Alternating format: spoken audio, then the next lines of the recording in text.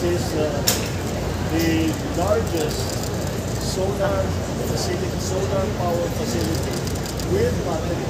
Meron 3,500 sa Baligal na 3,500 ngunit yung kanila ito lang ang una sa buong mundo nagkaroon tayo dito pa na nilamang solar 3,500 hectares. Kung hindi, may battery pa rin para patuloy ang pagbigay ng kuryente sa grid.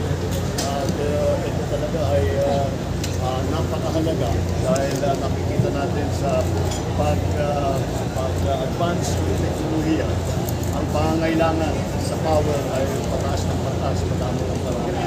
Kaya ito ay bagay na bagay sa atin ang solar. Naman ninyo, kahit umuulan, may araw pa rin at nakakapagbigay pa ng power ng solar.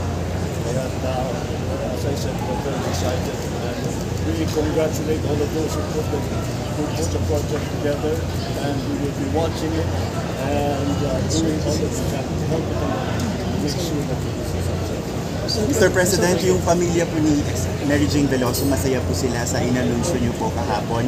Siguro sir, paano po ba nalaman or paano nagkaroon ng ganong agreement with Indonesia kay Mary Jane, sir? Matagal na trabaho. That took a long time. Well, since I came into office, what we were working on was tanggalin na siya sa death row. Unang-una, to commute her sentence to life. Nung nangyari yun, and we were able to achieve that, we continued to work with them. It was still with the government at the time. Na kung paano, how we will do it para pauwi.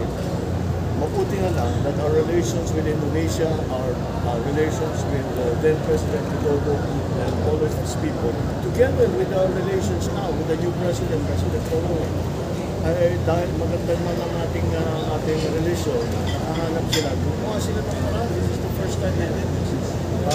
Gumawa sila ng paraan para sabi nila wala naman silang interest na itulong, wala naman silang interest na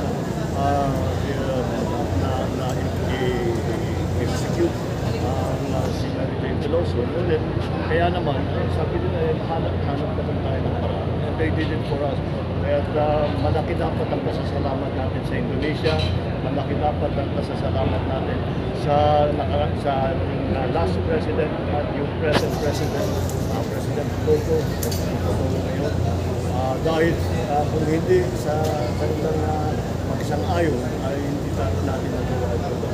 As I said, we have been working on this for all the previous, hindi lang ako, 10 years na ito. 10 years na ito. Pero ang nagawa natin, napakomplete natin ang sentensya niya from death sentence to life imprisonment. Tapos ang nasunod ko ay napauwi na natin. But we will have to decide what happen next. Sir, possible po ba ang grant of clemency kay Mary Jane? We will see. We will see. Hindi ko maliwanag kung ano ba talaga how this is the first time this has happened. So that everything is on the table. All right. Thank you, sir.